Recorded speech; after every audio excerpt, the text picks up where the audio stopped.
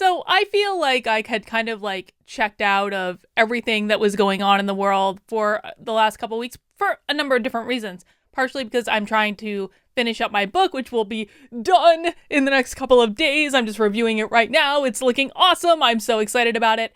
Partially because I just think we have just reached peak stupidity and I was getting really burnt out on it. Partially because I spent this weekend at VIP Art Weekend because I spend too much money on art and I got comped a free weekend at a really nice hotel because of it. And so I was just trying to enjoy myself. And I come back and everyone's talking about porn. Porn. This is where we are. It's like apparently a porn star tried to go to some event and called herself a conservative, and now everyone is arguing about whether or not a porn star can be conservative. And I gotta be honest, guys, like regardless of where you stand on the great porn debate of 2021, this is stupid. It's so incredible. Like, of all the things that we need to be worried about, we're talking about porn. Okay, well, fine. Here we are. So Elijah Schaffer was nice enough to sum up the great porn debate, so I didn't have to go and try to suss out what was going on. And so here is apparently what the great porn debate of 2021 is. The entire porn debate comes down to two camps: big tent libertarians versus social conservatives, and their disagreement on the place of freedom versus social moral responsibility. I think this issue can really help us grow on the right with our identity crisis because it shows where the confusion is. The right throws the word conservative around too loosely to the point where it doesn't really mean anything.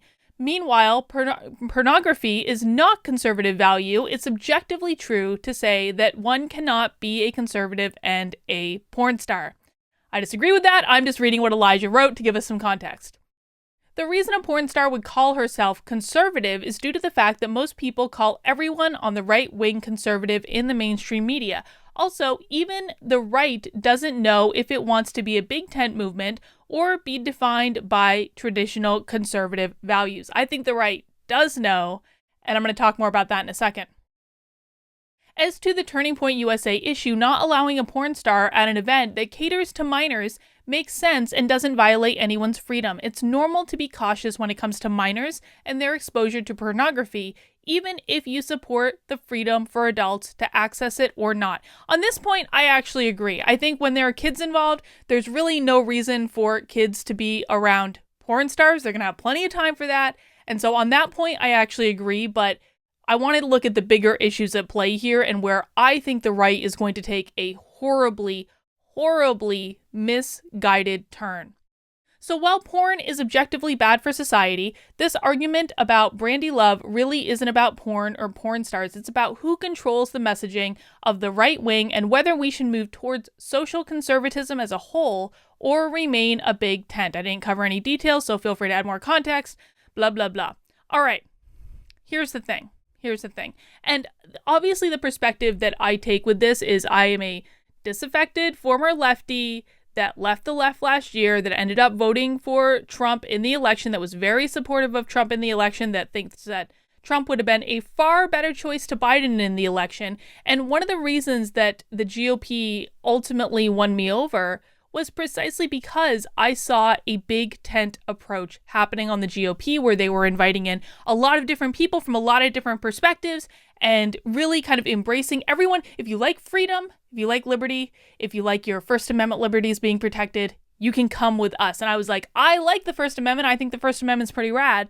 And so I went along with it. And then immediately after the election, I started saying, this is starting to go horribly wrong. And the reason I started saying that is because I was going to these events after the election, and I never call out trends and things until I actually see it in person. I don't call out a trend based on what people are complaining about on Twitter, because to be quite frank, Twitter is a cesspool. It is a nightmare. I don't think it's indicative of the larger reality. But when Twitter starts making its way into the mainstream, and I start seeing these things show up in the real world in in-person events, then I start paying attention. Now, one of the things that I started seeing at in-person events after the election were the groypers. And the groypers are not the only group involved in this. They're not, but they're absolutely one of the larger, more vocal groups. The Groypers are Nick Fuentes' little minions. They are actual white identitarians. They are very socially conservative. They think that basically all LGBT people should be excommunicated from the right entirely. And I saw them at several different events after the election, and they were starting to amass larger and larger and larger followings. And this was a little bit of a surprise to me. I didn't expect this to happen because, I went to the first Million MAGA March in DC after the election. It was like a couple weeks after the election. It was an amazing day, a great event. And one of the most stark experiences that I had at that event was that there was a guy there that was blatantly like anti-gay, a gay hater, was preaching about how gay people don't belong on the right, would have fit in with the Groypers perfectly, but he was kind of like by himself. And he actually got surrounded by a whole circle of Trump supporters who just started chanting, "Trump loves gays, Trump loves gays, Trump loves gays." I swear to God, I have this on video somewhere. But and it was like one of the most stark moments for me because, of course, when you're in the left, you hear about how much Trump is a homophobe and all this stuff. And to see the right surrounding this guy who was preaching anti-gay nonsense and say, "Trump loves gays, Trump loves gays," it was awesome. And then I started slowly seeing that type of mentality, the gay-hating mentality, taking hold, getting bigger, attracting more and more people. Now, to be fair, I don't think that this is a big movement yet, but I think that this entire porn debate is indicative of this same thing. I mean, I was even on Elijah's show with Blair White and an awful blonde woman who shall not be named. And, we had this debate, do LGBT people belong on the right? And of course I say that LGBT people belong on the right. That just makes no sense to me. But I think that what is happening right now on the right is because there is no leadership. There's absolutely no leadership. There's no leadership from Trump. I'm sorry. I know everyone sees Trump as the head of the Republican Party. There's no real leadership there. He issues a press release every now and again and then kind of goes away. And partially that's not his fault because he's being censored everywhere, and I want to get that and I acknowledge that. But at the same time, there's still a lot he can do. So there's no leadership from Trump. There's no leadership from the RNC. The only people that we are seeing leadership from are the Christian conservatives. That's it. I'm putting my stake in the ground now. I think we are heading for a moral majority part 2. I really do. I think that we are heading for a rise of the religious right. And I don't think it's a good idea. I don't think it's a good thing. If you want to preach freedom, freedom can't mean freedom to only agree with you and live your life the way that someone else dictates that you should be able to. Listen, I have no issue with Christians. If you want to be a Christian, you be a Christian. But guess what? In this country, we have a First Amendment that separates church and state. If you want to be a Christian, go to church as much as you go to church every single day. Read the Bible all the time in your home. Practice it in your daily life. You should be showing love and not hate if you're a Christian, but that's neither here nor there. But don't bring it in and try to force people like me to adopt your book or to act the way your book tells me that we should, because I'm not a Christian. I don't believe in that. And in our society, we do not have a state religion. Listen, and I don't know the history as well as some, but here's what I do know. Ronald Reagan, I view Ronald Reagan and Trump in kind of the same vein. They were these populist presidencies that really brought a lot of people in. What happened after Reagan is the moral majority started to take hold, and they started being the ones dictating where the Republican Party was going. Now, what are we seeing after Trump? The moral majority is taking hold, and they're starting to be the ones that are providing the only vision for how to move forward as a cohesive right. Now, what happened when this happened in the late 80s, early 90s? The right lost the culture war because of it.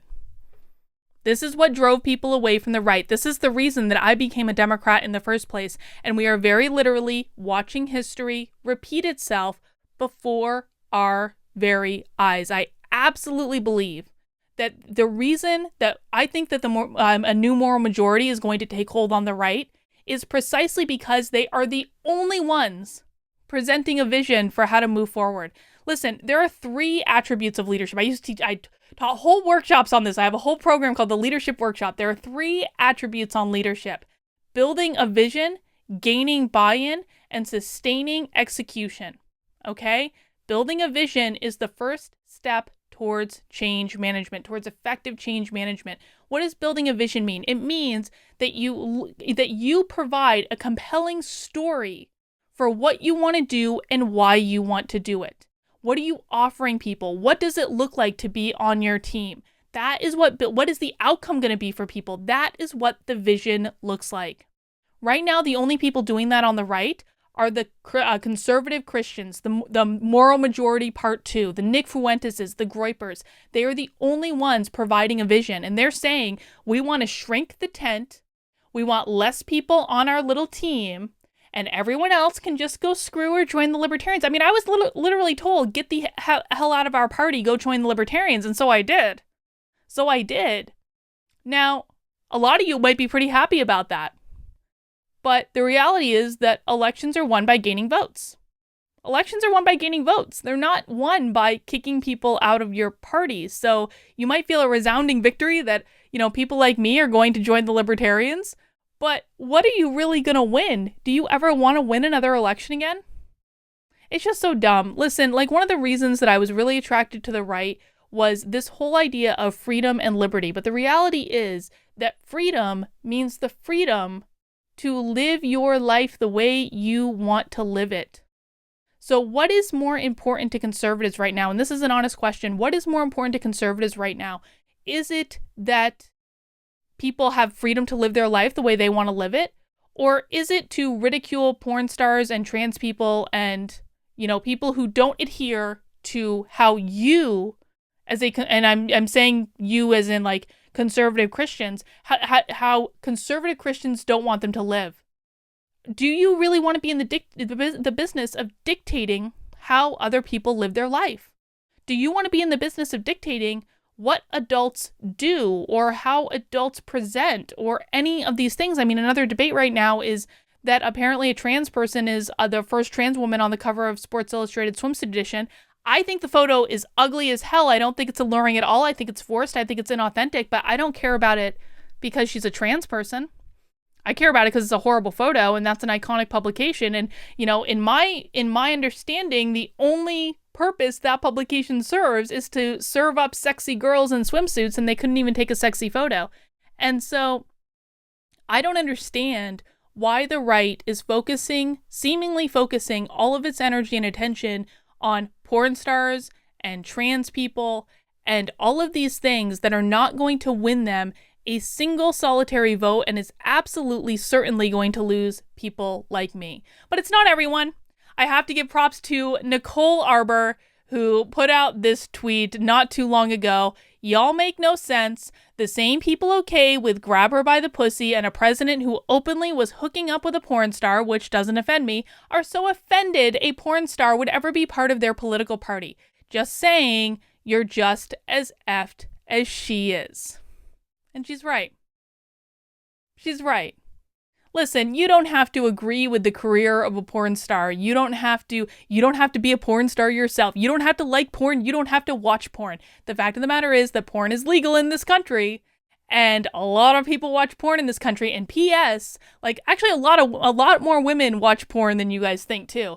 I saw a stat, side note, I actually saw a stat a couple weeks ago that 37% of, check this out, this is a random aside, 37% of all watchers of gay porn, so 2 dudes or more dudes, depending, I suppose, but 37% of everyone who watches gay porn are women. Check that out. So these are the moral of the story, at least from my perspective, is that these are not battles that you're going to win. These are not battles that are even worth fighting. These battles are literally going to win you nothing. They're going to win you 0 votes. The only thing that these battles do is they shrink the number of votes. I mean, if you never want to win an election again, I suppose that's a good way to go.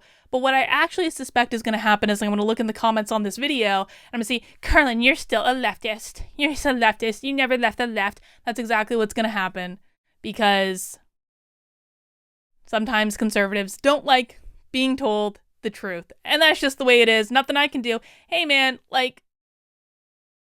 If no one else will bother to tell you the truth and you guys reacted the way you react, I mean, can you wonder why you might be losing votes? But I do hope the majority of you are reasonable people who are listening and are focused on things that are far more important than whether or not someone is a porn star, because that's their choice, that's their job, and guess what? Freedom means the freedom to be a porn star if you want to be. Alright guys, if you enjoyed that video, you will love my Locals community. Locals is the sanest place on the internet. It is the only place that I don't have to worry about being attacked or mobbed or having people really distort my words. It is a wonderful community, people. We have so much fun together. We do 2 community Zoom calls a week. We're doing a book club. We do a debate club. We're doing a Stitch and Bitch, where if you are all you crafters out there, if you want to join my community and check it out, it's kb.locals.com. You can join as a free member and just like check it out and see what's going on. But if you want to support the work I'm doing, the very best thing you can do is sign up as a Locals supporter, and that unlocks all of the features in Locals. So you get to comment on things, you get to come to the community Zoom and the debate club and things like that. And that's going to be $5 a month. So less than a cup of coffee at Starbucks. We want to keep it low. If you really are strapped for cash, just reach out to me and I'll help you out. Don't worry. But for everyone who can, $5 a month, or if you're really all in, we can go with $50 for a year, which gives you a couple of months for free. kb.locals.com.